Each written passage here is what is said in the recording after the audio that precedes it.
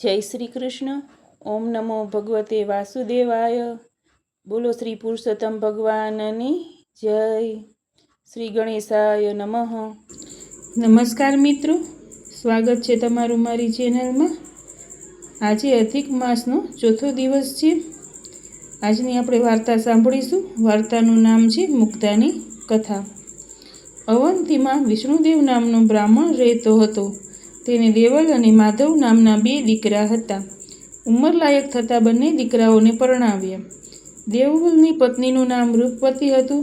તેના નામ પ્રમાણે તે સ્વરૂપવાન હતી, પણ તે ઈર્ષાળુ અને કપટી હતી. માધવની પત્નીનું નામ મુગ્ધા હતું. તે સૌને મુગ્ધ કરે તેવા ગુણવાળી, સુશીલ, સ્નેહાળ, દયાવંત, સરળ સ્વભાવની ભલી ભોળી હતી. સમય જતાં વિષ્ણુદેવ માંદો પડ્યો અને મરણ પામ્યો. હવે ઘરની જવાબદારી દેવલ અને માધવના માથે આવી પડી. થોડા સમય સુધી તો તેમણે જેમ તેમ ચલાવ્યું, પરંતુ બાપની મૂડી ખલાસ થતાં તેઓ મૂંઝાયા. જીવન નિર્વાહ માટે બંનેએ મહેનત કરવામાં કચાશ રાખી નહીં, પરંતુ ભાગ્ય પાસરું નહીં, તેથી તેમને કંઈ લાભ ન મળ્યો. બંને ભાઈઓ વિચારવા લાગ્યા કે અહીં આપણી વિદ્યાની કદર થતી નથી અને નસીબ પણ કંઈક વાંકું લાગે છે, માટે પરદેશ ખેડવો. પરદેશમાં સારી કમાણી કરી શકીશું, ત્યાં આપણી વિદ્યાની કદર થશે. આમ બંને ભાઈઓએ પરદેશ ખેડવાની તૈયારી કરી. જતાં પહેલાં માધવને થયું, મારી ગેરહાજરીથી મારી પત્ની મુગ્ધા અકળાશે અને મૂંઝાશે, માટે મોટી ભાભીને ભલામણ કરતો જાઓ. આમ વિચારી તેણે જતી વખતે ભાભી રૂપવતીને કહ્યું, ભાભી, તમે ઘરમાં વડીલ છો, સમજદાર છો. મારી ગેરહાજરીમાં તમે મુગ્ધાનું ધ્યાન રાખજો. તેને ઓછું આવવા દેશો નહીં. કોઈ વેળા તેનાથી કોઈ ભૂલ થઈ જાય તો તમે મોટું મન રાખી તેને દોરવણી આપજો. બંને હળીમળીને રહેજો.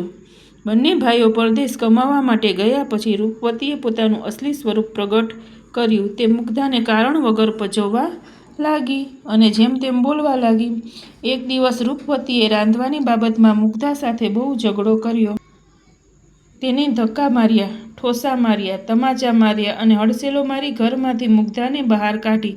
તે તો રોતી કકળતી પહેરીએ કપડે ઘરની બહાર નીકળી ગઈ અને થોડે દૂર એક ઓરડી ખાલી પડી હતી, તેમાં જઈને રહી.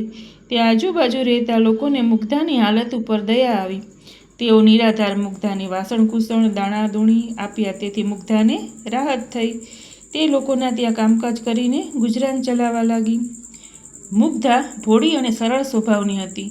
કોઈનું કામ કરી છૂટે તેવી ભોળી હતી. તે કોઈ વેળા રૂપવતીને ત્યાં ખબર પૂછવા જતી અને તેમના ઘરનું કામકાજ પણ કરી આપતી, પણ રૂપવતીને તેનો કોઈ ગુણ ન હતો. દુષ્ટ સ્વભાવની રૂપવતીમાં કોઈ સારો ગુણ દેખાતો જ નહીં. તે અભિમાનની પુતળી હતી. તે દંભ કરવામાં પાવરધી હતી. એવો દંભ કરે કે ભલભલા છેતરાઈ જાય.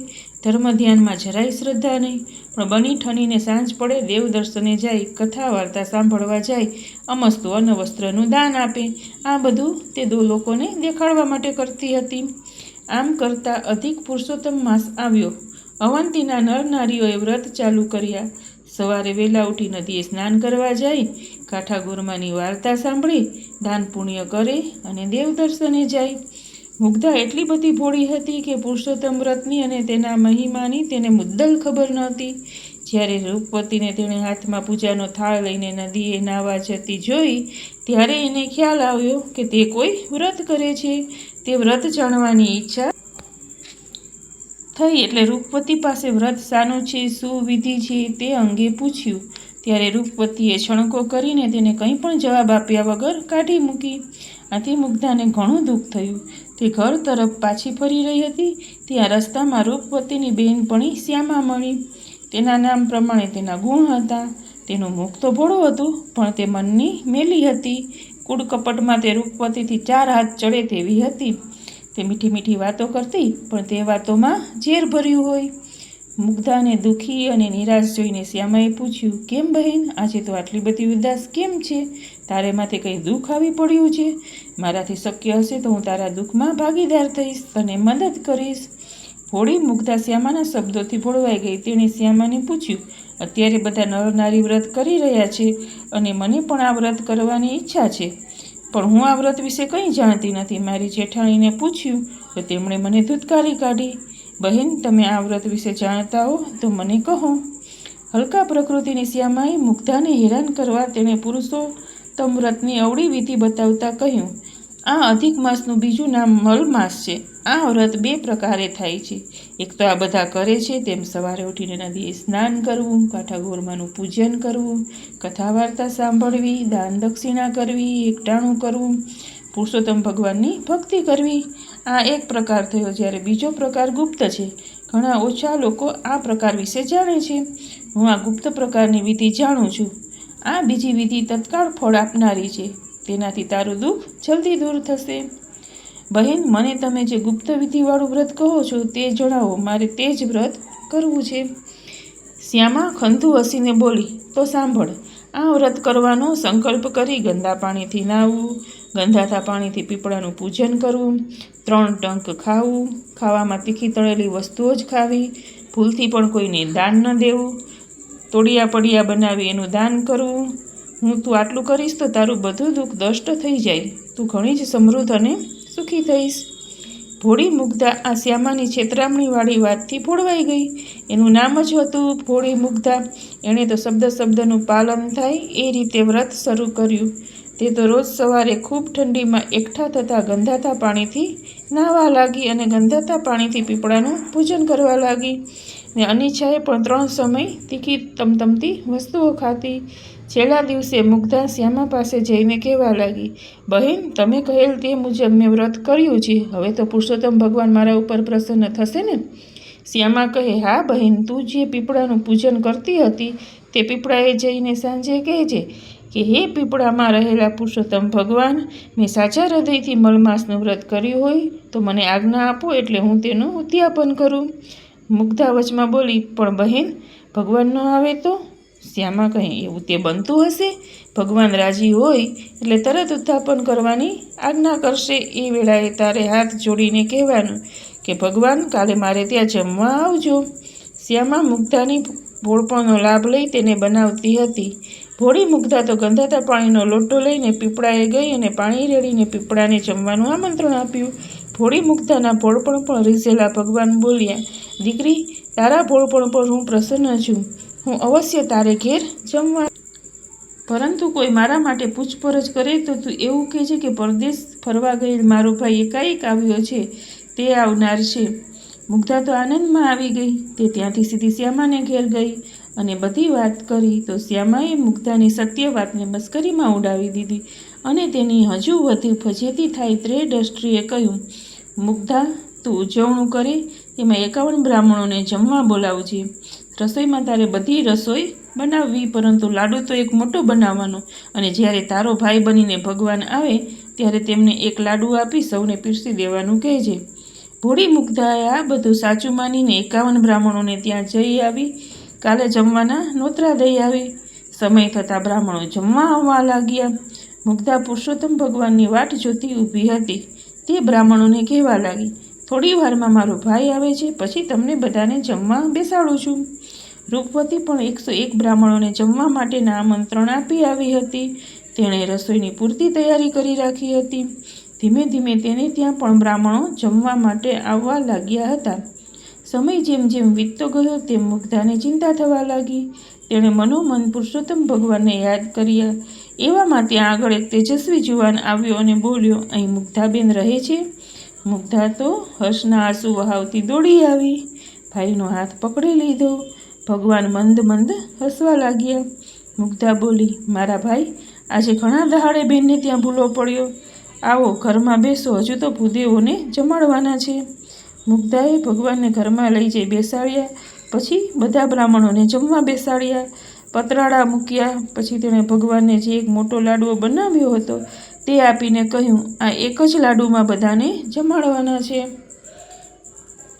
ભગવાને એક મોટી કથરોટ લીધી. તેમાં લાડુ મૂકી તેના ઉપર કપડું ઢાંકી દીધું. પછી તેઓ પીરસવા નીકળ્યા. ભગવાન બ્રાહ્મણોને પૂછતા જાય અને તે કહે તેટલા લાડુ મૂકતા જાય. સાથે સાથે બીજી રસોઈ પણ પીરસાતી હતી. ભગવાને રસોઈમાં એવી મીઠાશ મૂકી કે બ્રાહ્મણો હોંશે હોંશે હરખથી જમવા લાગ્યા. જમતા જમતા તેઓને અમૃતના ઓડકાર આવવા લાગ્યા. બ્રાહ્મણો જમી રહ્યા પછી પતરાળામાં મૂકેલ પડિયા તેઓએ સોનાના દીઠા. મુગ્ધાએ દરેક બ્રાહ્મણોને સોનાના પડિયા આપ્યા. દક્ષિણામાં સોનાનું પડિયું મળતા બ્રાહ્મણો મુગ્ધાની જય બોલાવતા અને આશીર્વાદ આપતા પોતપોતાના ઘેર જવા લાગ્યા. આ બાજુ રૂપવતીએ 101 બ્રાહ્મણોને જમવા બેસાડ્યા, પતરાળા મૂક્યા અને લાડુ પીરસવાનું ચાલુ થયું. લાડુ મૂકતા તે લાડુ માટીના દેખાયા. બ્રાહ્મણો ગુસ્સે થઈ ઊભા થઈ ગયા અને તેઓ સમજ્યા કે રૂપવતીએ તેમની મસ્કરી કરી છે. તેથી તેની ઉપર ફિટકાર વરસાવતા બધા ત્યાંથી રવાના થઈ ગયા. લાડુ માટીના બનેલ જોઈ રૂપવતી આશ્ચર્ય પામી.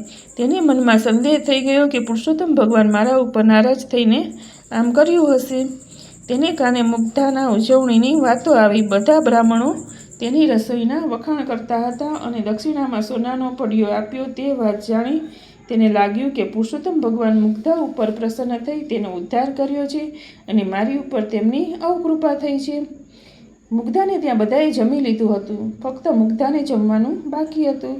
ભગવાન મુગ્ધાના હાથમાં લાડુનો થોડો પ્રસાદ મૂકી તે ખાઈ જવા જણાવ્યું. તે પ્રસાદ ખાવાની સાથે જ મુગ્ધાનું ફોડપણ અદૃશ્ય થઈ ગયું અને તેની બુદ્ધિ તેજસ્વી બની અને તેના બદન ઉપર અવલૌકિક તેજ પથરાઈ ગયું. મુગ્ધા ભાઈના સ્વરૂપમાં આવેલ પુરુષોત્તમ ભગવાનને ઓળખી ગઈ અને તેમના ચરણો પકડી લીધા. તે બોલી, હે નાથ, મારા ઉપર આપે અનહદ કૃપા કરી છે. આપ પોતાના ખરા સ્વરૂપમાં પ્રગટ થઈ મને દર્શન આપો, મારું કલ્યાણ કરો. ભગવાન પુરુષોત્તમ પોતાના સ્વરૂપમાં પ્રગટ થઈ મુગ્ધાને દર્શન આપ્યા અને આશીર્વાદ આપીને કહ્યું, થોડા જ સમયમાં તારો પતિ અઢળક કમાણી કરીને પાછો આવશે. તારા પુણ્ય બળના પ્રભાવે તારું આખું ઘર સુખ અને સમૃદ્ધિ ભોગવશે અને જીવનના અંતે તું તથા તારા પતિ સદેહે વૈકુંઠ પામશો. કપટી શ્યામાના કહેવાથી તે જે ગંધાતા પાણીથી કુંડીમાં સ્નાન કરે એ કુંડી હવે મુગ્ધા સરોવર તરીકે પ્રખ્યાત થશે. જે કોઈ ભાવિક આ સરોવરમાં સ્નાન કરશે તેના સર્વ પાપ બળી જશે.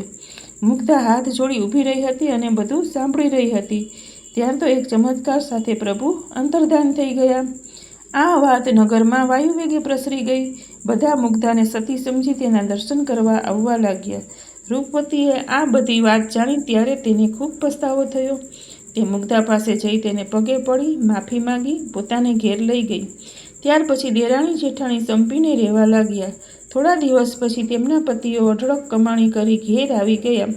આ બધું પુરુષોત્તમ વ્રતના પ્રતાપે થવાથી નગરીના મોટાભાગના લોકોએ હવે પછી આવનાર પુરુષોત્તમ માસમાં વ્રત કરવાનો સંકલ્પ કર્યો.